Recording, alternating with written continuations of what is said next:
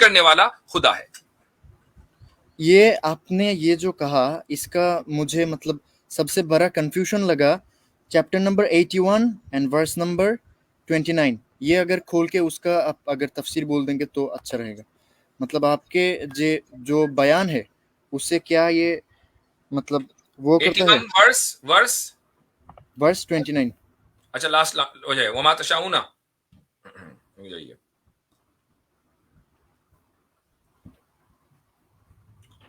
وما تشاؤون الا ان یشاء اللہ رب العالمین، اور تم چاہو گے نہیں الا یہ کہ خود اللہ چاہے جو سارے جہانوں کا پروردگار ہے. پہلے اللہ چاہتے ہیں نا، پہلے اللہ بولتے ہیں نا کہ مجھ کو مطلب ڈھاکہ نہیں جانا ہے. پہلے اللہ اب بولتے ہیں نا. میں اس کا جواب دیتا ہوں کہ آپ نے آیت کے معنی غلط سمجھے. اس آیت کا مطلب یہ ہے کہ تم جو بھی چاہتے ہو، یعنی تمہارے اندر جو فری ول ہے وہ اس لیے کہ اللہ نے چاہا کہ تمہارے اندر فری ول ہو. اللہ نے یہ نہیں چاہا کہ سورج کے اندر فری ول ہو تو سورج میں نہیں ہے، چاند میں ہو تو چاند میں نہیں ہے، ستاروں میں نہیں ہے، آپ کے اندر ہے. کیوں؟ اس لیے کہ اللہ نے چاہا کہ آپ کے اندر ہو. میں نے سمجھا نہیں، مطلب آپ کے بات سنا لیکن سمجھا نہیں. مطلب میں یہ کہہ رہا ہوں، قرآن یہ کہہ رہا ہے کہ وما تشاؤون، جو کچھ بھی تم چاہتے ہو، تم کچھ بھی چاہ سکتے ہو، اچھائی یا برائی، ٹھیک ہے، اسی کو فری ول کہتے ہیں نا. ہاں لیکن یہ لکھا ہے نا کہ تم نہیں چاہ سکتے. آپ خدا یہ کہہ رہا ہے کہ تمہارے پاس جو بھی فری ول ہے اچھائی یا برائی کی، یہ اس لیے ہے کہ اللہ نے چاہا. کیا چاہا؟ کہ تمہارے پاس فری ول ہو. تو یہ تو ہم کہتے ہی ہیں کہ اللہ ہمارے پاس فری ول اس لیے کہ اللہ نے دی ہے. ارے لیکن یہ ورس میں یہ تو نہیں لکھا ہے نا. یہی تو لکھا ہے، اور کیا لکھا ہے؟ میں اس کو اردو میں پڑھتا ہوں. اردو میں پڑھا میں نہیں چاہتے ہو، سنیو میں بولتا ہوں، تم لوگ نہیں چاہتے ہو اگر اللہ نہیں چاہے. یہی ہے نا. ہاں تو تم دیکھو، میں نے جو ترجمہ کیا وہ آتھینٹک ترجمہ میں لکھا ہوا ہے، میرا اپنا ترجمہ نہیں. اور تم چاہو گے نہیں الا یہ کہ خود اللہ چاہے. تو اللہ جو چاہتا ہے، اللہ جب چاہتا ہے نا تو ابھی تم بھی چاہتے ہو. تمہارے پاس جو چاہت ہے، جو ارادہ.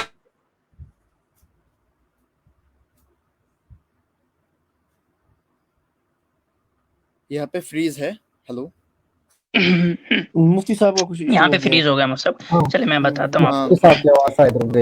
تو بیسیکلی کیا ہے اس آیت میں، یہ ہے کہ تو آپ کی جو چاہنے کی جو چاہت ہے نا، چاہنے کی جو چاہت ہے وہ اللہ کے چاہنے کے تابع ہے. یعنی ایسا ہو نہیں سکتا، پاسبل نہیں ہے کہ اللہ نہیں چاہتا ہو کہ آپ چاہیں پھر بھی آپ چاہتے رہیں. تو آپ کے اندر یہ چاہنے کی جو کیپیبلٹی ہے وہ اسی وجہ سے ہے کہ اللہ چاہتا ہے کہ آپ کے اندر یہ چاہت ہو. یعنی کہ یہ جو اختیار ہے نا، یہ جو فری ول ہے، یہ اسی وجہ سے ہے کہ اللہ نے چاہا ہے کہ آپ کے اندر یہ فری ول ہو. اوکے ٹھیک ہے. اوکے سو میرا جو دوسرا سوال تھا وہ کرو. یہ سالو ہو گیا آپ کا؟ میں نہیں، میں نے سالو نہیں ہوا. سب نکل گئے. عاطف بھائی جگہ بنائی، باقی نیچے سے بہت سارے لوگ ہوں گے، تھوڑا سب کو نکال دیں. پہلے مسلم سے سوال تھا آپ لوگوں نے کرنے نہیں دیا. تو آپ کا ہو گیا، یہ سالو ہو گیا. فمن شاء فلیؤمن والا ہو گیا سالو نہیں ہوا. کیا اب اس میں کیا کوشچن رہ گیا؟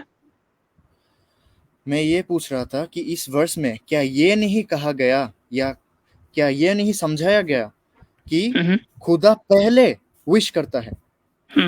کس چیز کا وش کرتا ہے خدا پہلے؟ فار ایگزامپل میں کس چیز کا وش کرتا ہے؟ بالکل بالکل صحیح آپ نے سمجھا کہ خدا وش کرتا ہے پہلے. کس چیز کا وش کرتا ہے خدا؟ سب چیز کا، سارے چیز کا. اس میں کیا ہے؟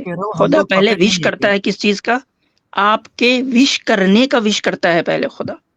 آپ کا جو وش کرنا ہے وہ اس وجہ سے ہے کہ خدا وش کرتا ہے کہ آپ وش کریں. آ گیا سمجھ میں؟ خدا چاہتا ہے پہلے خدا یہ چاہتا ہے کہ آپ کے پاس فری ول ہو، آپ کے پاس چاہنے کی طاقت ہو. تب آپ کے پاس یہ چاہنے کی طاقت، یہ چاہنے کی طاقت آپ کا جو ہے ایسا نہیں ہے کہ اپنے آپ آ گیا ہے، یہ خدا کے چاہنے سے آپ کے پاس چاہنے کی طاقت آئی ہے. ہاں تو کیا ہوا؟ مطلب میں یہ کہہ رہا تھا کہ اس ورس میں کہا گیا ہے، جو کہا گیا ہے اس کا مطلب میں یہ سمجھتا ہوں کہ اگر میں ابھی اسلام کو لیو کرتا ہوں، میں اگر اس دھرم کو تیاگ دیتا ہوں تو یہ خدا کے پہلے مرضی تھا. پہلے مجھے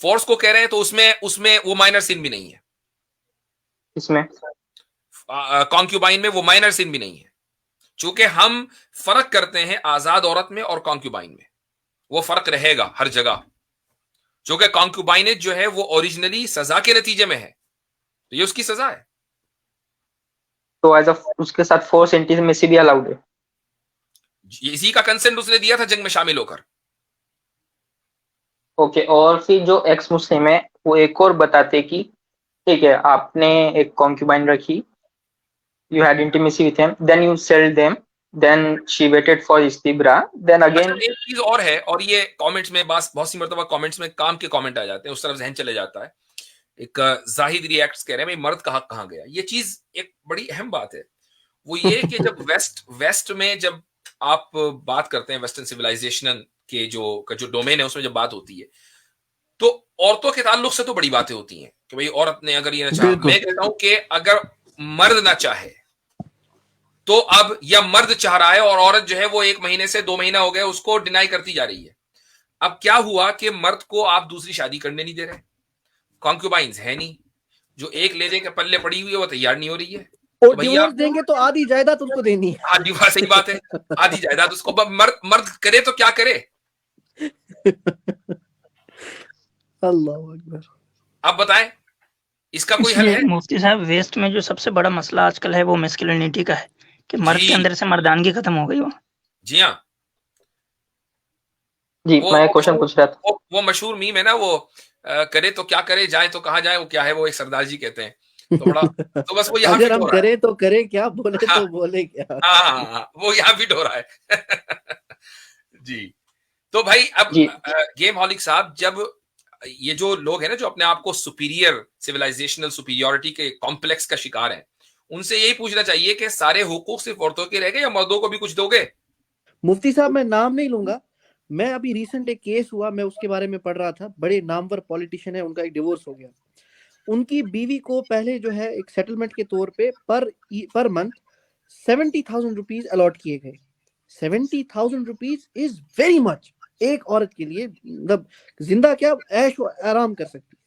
اس نے کورٹ میں اپیل کی کہ دس از ویری لیس, تو اس کورٹ نے اس کو آرڈر چینج کر کے 1.5 لاکھ روپے پر منتھ کر دیا. کین یو امیجن 1.5 لاکھ روپے. صحیح. اور اس کے بچوں کے لیے الگ سے, جو اس کے بچے ہیں ان کے لیے الگ سے, اور بیوی کے لیے 1.5 لاکھ روپے. یہ آپ دیکھیں کہ سسٹم کیا ہے. تو بھائی مردوں کے حقوق پر اب تو مرد اتنے مظلوم ہو چکے ہیں کہ اب انہی کے اوپر بات ہونی چاہیے, ان کی مظلومیت کے اوپر. عورتوں کو تو بہت مل گئے حقوق. اب میں آپ کو اپنا ایک واقعہ سنا دیتا ہوں. دیکھیں ہمارے جو مسلم فیمنسٹ ہیں ان کا بھی کیا ذہن ہوتا ہے. ابھی 2 ہفتے پہلے کی بات ہے, میں فلوریڈا کے ایک شہر میں گیا اور وہاں پر میری اسپیچ تھی, اور فیمنزم اور میسکولینٹی اس موضوع پر وہ اسپیچ تھی. تو میں نے اس اسپیچ میں جو بات کہی وہ یہی کہ بھائی عورتوں کو کہ یہ حقوق اور رسپانسبلٹیز ہیں, مردوں کی مردانگی ان چیزوں میں ہے, قرآن کی آیتوں سے اس کو ثابت کیا. اور قرآن کی اس آیت الرجال قوامون, اس کے اوپر میں نے تفصیل سے گفتگو کی کہ مرد جو ہیں وہ قوام ہے, اور قوام کا معنی یہ کہ ان کے پاس اتھارٹی ہے, لیکن اتھارٹی اکاؤنٹیبلٹی کے نہیں آتی ہے, وہ اکاؤنٹیبل بھی ہے. یہ بات کہہ کر میں وہاں سے نکل آیا. اگلے دن سے ای میلز کی بھرمار شروع ہوئی.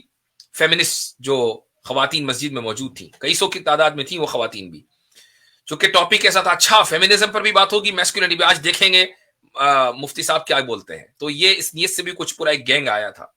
انہوں نے میرے پاس ای میل پر ای میل بھیجنے شروع کیے اور کہا کہ ہماری مسجد میں آپ نے یہ بات کی آ کر, اور آپ کو پتا نہیں ہے کہ مرد ایسے ہوتے ہیں اور وہ چھیڑتے ہیں اور وہ فلرٹ کرتے ہیں. ویمن ابیوز کا کیا, آپ نے عورتوں کے ساتھ جو ابیوز ہوتا ہے, جو ریپ ہوتا ہے, آپ نے اس کے اوپر کوئی گفتگو نہیں کی. یہ ہے واٹ اباؤٹزم. تو آپ جب بھی دیکھیں, آپ جیسے ہی مردوں کے کسی حق کی بات کریں گے نا, فوراً عورت آ کر یہ کہے گی کہ عورتوں کا مفتی صاحب یہاں پر ایک چیز ہے میں نے نوٹس کی کہ آج کل نا یہ مردوں میں بھی بڑا ہو گیا ہے. میں پرسوں انسٹاگرام اسکرول کر رہا تھا, وہاں پہ مفتی طارق مسعود صاحب نے بات کی کہ اگر آپ کی مطلب بیوی کہتی ہے مجھے الگ گھر چاہیے, تو یہ اس کا حق ہے, اس کو ڈیمانڈ اس کا ہے, اس کی وہ ڈیمانڈ کر سکتی ہے. نیچے لڑکے چمک گئے کہ ماں باپ کیا کریں گے, ماں باپ کو کیا کریں گے, مطلب یہ دونوں طرف سے وٹ اباؤٹ آج کل چل رہی ہے. نہیں عورتوں سے زیادہ یہ بھی واٹ اباؤٹ رہی ہے. یہ جو آپ نے کیا ہے یہ بھی واٹ اباؤٹ رہی ہے. میں کہہ رہا ہوں مطلب فیمیلز میں زیادہ ہے یہ. ہاں یعنی ویسٹرن سویلائزیشن پوری فیمنسٹ ہے, اور اسی لیے بات ہوتی ہے میریٹل ریپ کی کہ, اور یہ مان لیا جاتا ہے کہ مرد ریپسٹ ہوتا ہے, یہ تصور ہے. مفتی صاحب مجھے یہ سمجھ نہیں آتا کہ میریٹل ریپ کو تو ثابت کیسے کریں گے, اس میں تو بیچارے بے گناہ چلے جائیں گے. جی مطلب وہ سمجھ نہیں آتا نا کہ اس کو ثابت کیسے کریں گے آپ. چلے جی گیم ہالک صاحب, آپ کی اس بات پر کافی لمبا ڈسکشن ہو گیا. جی سر, ایک لاسٹ تھا میرا کہ جو ایکس مسلم ہوتے ہیں تو ایک ایموشنل آرگیومنٹ دیتے کہ اوکے اب بنا بھی لیا کونکیبائن تو ٹھیک ہے, اب ان کے ساتھ انٹیمیسی کی, ان کو سیل کیا, پھر ان کا جو ویٹنگ پیریڈ تھا وہ ویٹ کیا, پھر ان کے ساتھ واپس انٹیمیسی کی, تو یہ سائیکل چلتا رہ گیا, سائیکل آف ہیوملیشن. تو اس کا کیسا کاؤنٹر ریپلائی کریں ہم؟ اس میں کاؤنٹر ریپلائی کی کیا بات ہے بھائی؟ ایک عورت کو کانکیوبائن بنایا سزا کے طور پر, تو سزا کے طور پر جس کو بنایا تو چونکہ وہ ایک کموڈیٹی ہے اس کو بیچا جا سکتا ہے, اس میں کیا مسئلہ ہے؟ تو ہمیں تو مورلی ٹھیک نہیں لگتا نا. بالکل, اس سے زیادہ مورل کوئی چیز ہے ہی نہیں. کس نے کہہ دیا آپ کو یہ مورلی ٹھیک نہیں ہے؟ میں ایک بات بتاتا ہوں آپ سے, کیا آپ کی ملک میں جہاں بھی آپ رہتے ہیں, جس ملک میں بھی آپ رہیں, وہاں ایک قیدی کو پکڑ کر لایا گیا, ایک جیل میں رکھا گیا. اب یہ کوئی ضروری تو نہیں ہے کہ اسی جیل میں رہے, وہاں سے وہ دوسرے جیل میں جائے گا, وہاں سے تیسرے جیل میں ٹرانسفر کر دیا جائے گا. جہاں بھی مان لیجیے اس کے اعتبار سے وہ جیل ہو, اس کے مان لیجیے وہ بہت خطرناک قیدی ہے تو اس کو اسی جیل میں رکھا جائے گا جہاں اتنی سیکیورٹی ہو. تو ایک جیل سے دوسری جیل میں قیدی ٹرانسفر ہوتے رہتے ہیں. تو ایسے ہی وہ عورت جس کو کانکیوبائن بنایا گیا وہ جنگی قیدی ہے, وہ ایک کسٹڈی سے دوسری کسٹڈی میں ٹرانسفر ہو سکتی ہے. نہیں مفتی صاحب, اور ان کا جو یہ ایموشنل آرگیومنٹ ہے نا, اس کی دجیاں ایسے اڑ سکتی ہیں کہ آپ کسی بھی پرزنر سے پوچھیں جو سالیٹری کنفائنمنٹ میں رہتا ہے یا کسی جیل میں رہتا ہے, اس کو آپ آپشن دیں کہ مجھے سلیو بننا ہے یا مجھے جیل میں رہنا ہے, تو وہ کہے گا یار بسم اللہ میں سلیو ہی بن جاتا ہوں, بجائے اس کے کہ میری موومنٹ پہ ریسٹرکشن ہو اور مجھے ایک ہی جگہ پہ بند کر رکھے کتے کی طرح. جی ہاں ٹھیک ہے بھائی. جی بس, ہاں جی تھوڑا اور ڈیٹیل میں کرنا تھا, پھر کبھی کسی اور دن. ہاں کسی اور وقت انشاءاللہ. چلیں اچھا جی, اب ہمارے ساتھ اگلے کالر ہیں ایگنوسٹک انجینئر. یار یہ ایگنوسٹسزم کو بدنام کر کے رہیں گے سب ایگنوسٹک لوگ. جی بھائی السلام علیکم. السلام, کیسے ہیں مفتی صاحب؟ ہاں بالکل ٹھیک. جی میرے کچھ سوالات ہیں. اگر آپ پہلے مسلمان تھے؟ جی میں ایکس مسلم ہوں. آپ ایکس مسلم ہیں, ٹھیک ہے. تو میرا آپ سے وہی سوال ہوگا بھائی, ہم ایگنوسٹک سے وہی سوال کریں جو بھی آپ نے سنا ابھی جو ایگنوسٹک آئے تھے, کہ ایگنوسٹسزم کے لیے ضروری ہے نا کہ آپ نے دونوں طرف کے دلائل جان لیے ہوں. تو کیا آپ نے دونوں طرف کے دلائل جان لیے؟ کن دونوں طرف کے؟ یعنی ایگنوسٹسزم میں آپ کو کیا شک ہے؟ خدا کے موجود ہونے نہ ہونے میں شک ہے نا؟ ایگنوسٹسزم میں کوئی شک نہیں ہے, اسلام میں شک ہے مجھے, تو اس لیے. تو پھر آپ ایگنوسٹک نہ ہوئے نا, پھر آپ ایتھیسٹ ہو گئے. نہیں چلیں صحیح ہے. آپ اصل میں ایگنوسٹسزم کی دو بڑی ڈیفینیشنز ہوتی ہیں, کافی ساری ٹائپس ہوتی ہیں. چلیں آپ ہمیں سمجھا دیں, سمجھے ہم مان لیجیے ہمیں نہیں پتا, آپ بتائیے کیا ہے ایگنوسٹزم. جو ہوتا ہے اس کا مطلب یہ ہوتا ہے, ایک ویک ایگنوسٹزم ہوتی ہے جو کہ یہ ویو پوائنٹ ازرٹ کرتا ہے کہ جو آئیڈیولوجیکل تھیولوجیکل جو میٹرز ہیں ان کے بارے میں جو سچائی ہے وہ ہمیں نہیں پتا, ٹھیک ہے, لیکن ہو سکتا ہے کہ ایک دن ہمیں پتہ چل جائے. تو اس کو ویک ایگنوسٹزم کہتے ہیں. اور اسٹرانگ ایگنوسٹزم اس کو کہتے ہیں کہ ہمیں کسی دن پتہ بھی نہیں چل سکتا کہ سچائی ہے کیا, یعنی ڈائٹی یعنی گوڈ خدا, اس کے بارے میں ہمیں کسی دن پتہ نہیں چل سکتا. تو ایگنوسٹزم اٹ سیلف ایک فلسافیکل پوزیشن ہے. آپ ویک ہیں کہ اسٹرانگ ہیں؟ میں ویک ایگنوسٹک ہوں. اچھا ویک ایگنوسٹک. تو اس کا مطلب یہ ہے کہ سچائی آپ کو پتہ چل سکتی ہے لیکن ابھی تک پتہ نہیں چلی. ابھی نہیں پتہ چلی. اچھا, سچائی ابھی تک پتہ نہیں چلی, اس کی وجہ یہ ہو سکتی ہے کہ آپ نے مثلا خدا کے موجود ہونے کے دلائل کو دیکھا, کنگھالا, اور آپ کو اس کے مقابلے میں دلائل نظر آئے جو زیادہ اسٹرانگ تھے. پھر آپ نے خدا کے نہ ہونے کے دلائل کو کنگھالا, تو جو خدا کے ہونے کے دلائل تھے وہ کانٹرڈکٹری نظر آئے, تو آپ کو لگا کہ یار ایٹ دس اسٹیج میں سچائی تک نہیں پہنچ پاؤں گا.